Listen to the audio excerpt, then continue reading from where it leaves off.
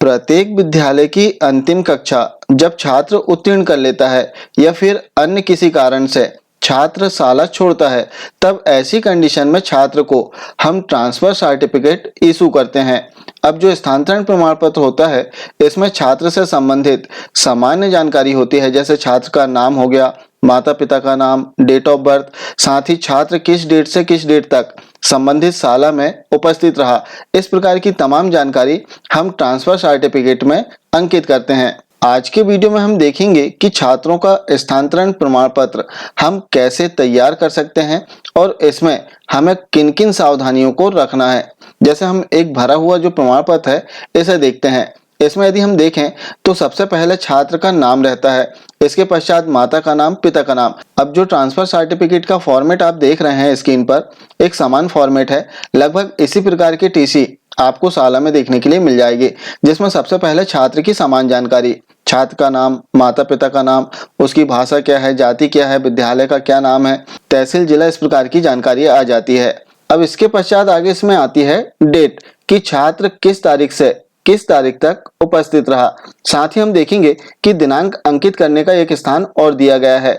अक्सर इनमें कंफ्यूजन हो जाता है कि यहाँ पर कौन सी डेट अंकित करना है और यहाँ पर कौन सी डेट अंकित करना है। अब यदि इसकी बात करें, जो पहले हमने डेट लिखा है इसकी बात करें, तो इसमें कंडीशन अप्लाई होती है। जैसे हम देखें, पहली कंडीशन सामान्य रूप से कि यदि हमारी शाला मान के चलते हैं प्राथमिक स्तर की है, जहां कक्षा 1 से 5 तक कक्षाएं संचालित है, और यदि कक्षा 5 के छात्र की हम टीसी दे रहे हैं, तब उस छात्र के लिए सबसे पहले जो डेट लिखना है, कक्षा 1 में जो उसने प्रवेश लिया वो वाली डेट हमें लिखना है, जो कि हमें अपनी शाला की दाखिल खारिज पंजी से मिल जाएगी। और सेकंड नंबर पर जो डेट हमें लिखना है वो सत्र के अंत की डेट लिखना है। सामान्य रूप से 30 अप्रैल को हम अपनी शाला का परीक्षा परिणाम घोषित कर देते हैं और उसी दिन हमारे शैक्षणिक सत्र का अंत होता है। तो यहाँ पर सत्र के अंत की डेट हमें लिखना है और पहले छात्र ने जिस डेट में शाला में प्रवेश लिया हो वो डेट लिखना होगा। तो इसमें हमने डेट लिख दिया, छात्र के प्रवेश की डेट, और 30/4/2022 तक उपस्थित रहा।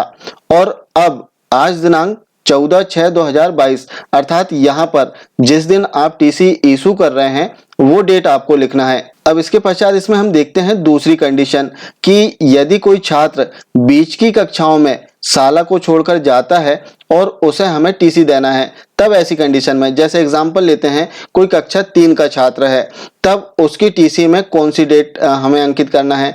जिस डेट में छात्र ने प्रवेश लिया है वो डेट लिखना होगा पहले कॉलम में।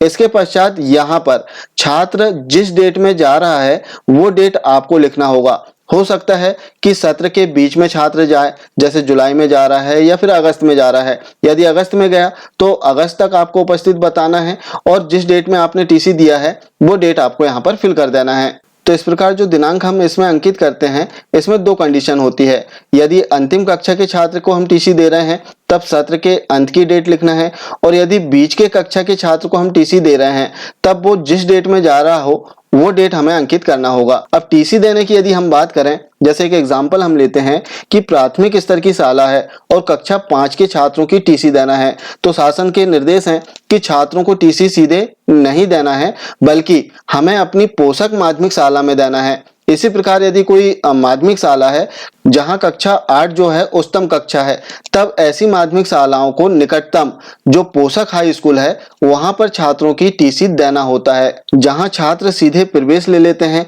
और यदि छात्र को उस शाला में अध्ययन नहीं करना है तब छात्र वहां से अपनी टीसी ले सकते हैं। अब इसके पश्चात इसमें छात्र का स्कॉलर नंबर, जो दाखिल खारिज क्रमांक है, इसे लिखना है, और छात्र की डेट ऑफ बर्थ। साथ ही यहाँ पर शब्दों में भी छात्र की जन्म तिथि अंकित करना होता है। यहाँ पर आपको सावधानी रखना है कि छात्र की जो जन्म तिथि है इसे दाखिल खारिज पंजी से अच्छे से मिलान कर इसमें अंकित करें। इसके बाद इसमें छात्र की वार्षिक कक्षा उन्नति के संबंध में जानकारी रहती है। जैसे कक्षा 8 के छात्र की जो टीसी है एक नमूना के रूप में हमने तैयार किया है।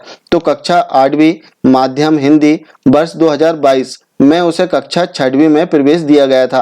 कक्षा 6वीं में, चूंकि माध्यमिक शाला है, कक्षा 6वीं में छात्र ने प्रवेश लिया था। इसके बाद में उसका आचरण अच्छा है, तो आप यहाँ पर अपनी टिप अंकित कर सकते हैं।